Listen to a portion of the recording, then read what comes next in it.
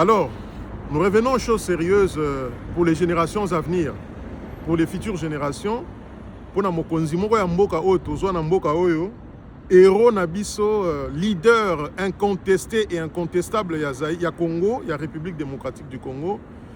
Na kombo ya Félix Antoine Tshisekedi Tshilombo oyo nzambe atindela biso ba Congolais po ete to sisa bitumba oyo Rwanda, Uganda ba yela biso na sima na bango bapaya oyo baza kolinga kopie mboka na biso baza na sima na bango. Alors eloko munene oyo babengaka loi fondamentale oyo ezoko régir mboka, donc mibeko likolo ya mibeko nyonso, Constitution de la République démocratique du Congo, oyo euti kosala 20 ans, depuis 18 février 2006 au 18 février 2026, et ça les 20 ans, Constitution et atteindre maturation nango. Donc, to moni ba faille, ba point fort, pe ba faiblesse de la Constitution, et ça c'est une réflexion profonde. Et ça c'est que la constitutionnaliste, que la juriste, que la professeur il y a droit pour réfléchir sur Yango. Tout on a besoin des accords il y a droité, déjà droit constitutionnel pour avoir nos article dans la constitution pour n'attendre to yebi article où ils ont posé problème. Je le dis que il faut que le peuple, c'est pas une évangile, mais c'est ma réflexion, mon point de vue. Pour nous, maman l'une des langues nationales, mais c'est vraiment la langue principale nationale.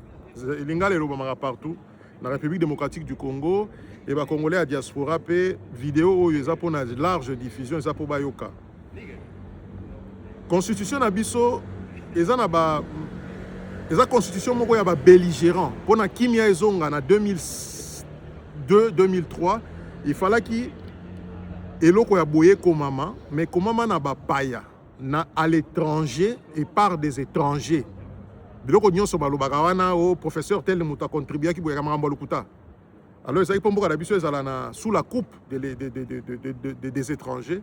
Maintenant que le président est là, entre autres, il faut que l'ongola makambo ya ba gouverneur ba pona kabango na ba députés provinciaux.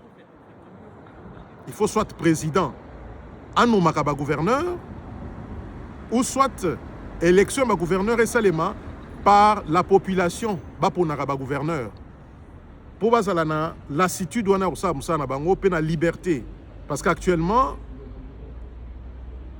ba gouverneur pe ba députés provinciaux et ça business na bango ba dirigeant ka ba province tozo na ba province zo ko se développer té donc faut tika pe na makambo na to tiango pembeni to zongela makambo nomination ba gouverneur to élection par suffrage direct boye to longwe to kena makambo ba province Kabila ba tchaka biloko wana eza po a kabola ba congolais ba inana tribalisme mata.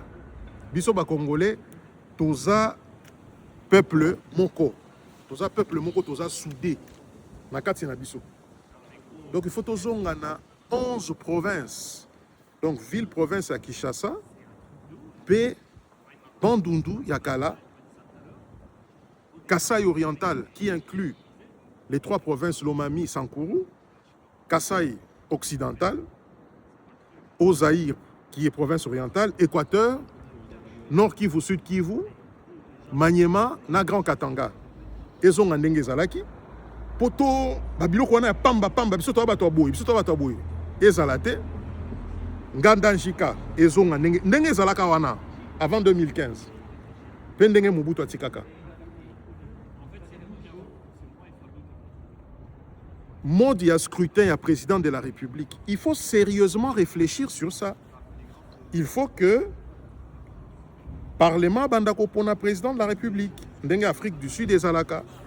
Ndenge bamboka muso ezalaka o ekendaka musika po bambongo o tozo kotia bato bakoloba mais alors il parle de scrutin direct et en même temps il dit que le président va pour Nagaye indirectement. Oui, parce qu'il y a des économies à faire. Bah, bulletin, il y a le président de la République, ce qui est zaté. Il y a scrutin, il y a législatif national, puis provincial, puis gouverneur. Local, ça c'est un débat, on va voir s'il faut les faire, il faut nommer ces gens-là, ou il faut que la démocratie commence par la base. Mais vous imaginez le nombre d'économies à faire. Donc, président, il faut pas pour dans le Parlement, qu'on change nombre de mandats. Constitution, et salami na maboko ya batu. Batu ne ba réfléchir les colons population peut départager classe politique. Il y en a qui viennent parler du fédéralisme. Il y en a qui veulent que nous restons dans l'unitarisme. Et ça, la constitution de départager biso. Donc, et l'eau on a outi koloba, et l'homme souni, et l'homme sous la constitution. Et l'eau on est yaba seni wana, seni est en tina monte. La France et d'autres pays n'ont pas de commission électorale. C'est le ministère de l'Intérieur qui organise les élections. Et puis, Lingolobate et Rosala n'a parti pris. Non.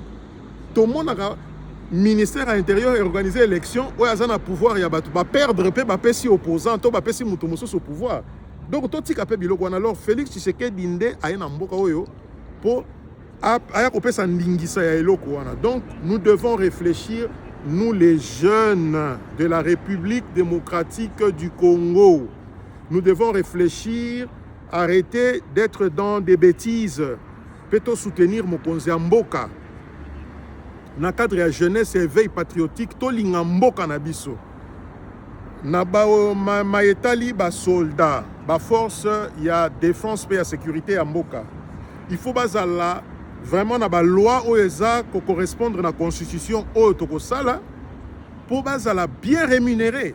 Et quand on a la classe mongo ya batu, ba député, ba sénateur, bien que, ba ministre et tout ça, un collègue a yaka kokosa batu, a kosa pena batu, makambo lukuta, collègue Delis Sanga pour na tangi po ba image za oya lobaka ba makambo wana oye meme.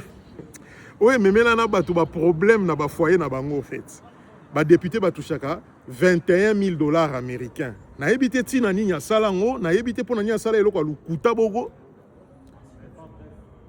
choses. 2019, tant que l'équipe, 2020, 2021. Mais ce n'est pas ça la réalité. Soit, même si nous touchions 10 000, même si nous touchions 8 000, même si nous touchions 12 000. Mais franchement, il y a 21 000 pour expliciter malobanaye wana asuki bongo. Donc, toko ko salate classe moko gagnera mbongo belé, pe batu o baza ko veiller pour la protection en Mboka, sécurité en Mboka, ba fonctionnaire de l'État, ba administration. Toko ki te bango bazala na comment on appelle ça, disparité wana y a revenu, y a rémunération, et qu'on dit mamate. Alors nous devons réfléchir sur tout ça, comment protéger ba poste et responsabilité les ko engagé Mboka comme président de la République, comme ba poste net ministère, il y a défense nationale, peu ancien combattant, ministère, il y a intérieur, ministère, il y a affaires étrangères. Je ne parle pas de la couleur de peau. Discrimination, non. Il faut que le président, il y a Assemblée nationale, pour qu'on ait la loi, il y a président, il y a Sénat. Bref, nous devons réfléchir sur la rédaction d'une nouvelle constitution qu'il faut proposer et le peuple départagera la classe politique congolaise. Et ça, makambu nabiso en interne. Ce qui est ça, le Parlement, les options, parce que la politique prime toujours sur le droit. Si la politique va primer, que ça, le Parlement, et ça l'a mis. Ce qui est population de Akopona. Peut-on y placer une population à Akopona. Donc, Nde o nazana ngo lelo akoloba pour la constitution pour 20 ans oyo la constitution a démontré ses limites et c'est nous la classe politique qui ont rédigé cette constitution. Au père Kozonga, père proposé na peuple. Na commenté moi mouké makambo vie na ngai politique nde kabola biso politique ngai ngana américain ngai mentalité na ngai je veux dire mentalité na ngai za américain donc on a fair play vient na ngai wazaka président intérimaire il y a eu UDPS tu sais qui dit Jean-Marc Kabound à Kabound na landier na TV5 à lobby que même na conférence de point de presse moko sala kiboy président Jean-Marc Ozana makambo zoloba nga nazo je ne te reconnais plus parce que moko zoloba ke Kabila totika makambo na pembeni totelebela siko tu sais que dipona gouvernance na ye mais crise actuelle est un résultat ya gouvernance té et ça crise identitaire et sécuritaire ya mboka parce que il y a une communauté qui se fait stigmatiser contre laquelle nous n'avons aucun problème. Oh, ils ont ça là qui est ça là toujours. Ils ont même une crise sécuritaire. Mais elle est d'abord identitaire. Alors, il y a un ça là que tant que yozo lo mamozo ba que non, Kabila totike pembeni asa salitan naie. Mais de quoi vous parlez? Parce que il est là et c'est lui qui finance ces gens-là. Quand tu dis totika que yo au lobby que au longwa qui na UDPS aux ans les Cambo et na présence sécurité. D'accord, je vous le concède. Mais au lobby le romoko lobby na chaîne wana na landio au lobby mais au boss na ka koloba na batu ke yo muto kataki FCC cash mais poto comme na FCC cash wana eza secret d'état té le document existe. Jean-Marc Kabound au constata majorité sans pour autant que président Lingaki a nommé informateur puis formateur en 2019. Azalaka na mboka mona Malawi ou Botswana boy yomba la moko constaté que non nous n'avons pas besoin d'un informateur mais peut-être que si l'informateur était nommé on n'allait pas passer les 2 ans et demi au Tosala perda président Zuita Kosala Musalate a travaillé 2 ans et demi en 2021 tant on a nommé Sama Lokonde ti 2023 et puis awa boy guerre et bandi ti siko 2 ans Sosala Kaka Musalate donc dans un levé équivoque wana président Jean-Marc, quand vous vous adressez à vos compatriotes congolais, n'essayez pas de réinventer l'histoire. Il faut remettre les faits n'engezali. Batou o bazo croire na yo, bako croire na yo. Batou bazo croire na yo, t'es libre à eux.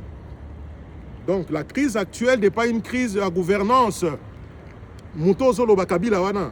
Aza milliardaire a yibambo kawana. Nandenga ko sakanate. Pendant 18 ans, Kabila a pillé les richesses du Congo. Il a vendu des entreprises. Il a détruit tout ce que Mobutu, l'AFDEL, dont il est issu, a détruit le tissu économique. Peu importe l'état où Mobutu a tika yango, c'est Kabila qui a pillé, qui a fait tout ce qu'il a fait. Tout le batik est tout beau sana. Vous voyez? Yango on a changement constitutionnel, il faut préoccuper biso. Ba dialogue wana eza malamu. Na ba condition au président lobby pe ngana pesa avis na ngai. Mais et distraire bisoté. Et distraire nango bisoté. Po na ndenge tozo kendele. Il faut que beta pena changement on a président Félix, il faut beta pena 7 ans. Pas pour naie. Pour yenda zo incarner que Kagame na ba Museveni basala buzo na mboka na bisoté. Na banzi na clôturer wana. Ce qui est actualité, monsieur Goya na kozongaka na koloba pe na kolobaka toujours. Pona bao balinginga, na bao balinginga tenga na lingi na ngabino.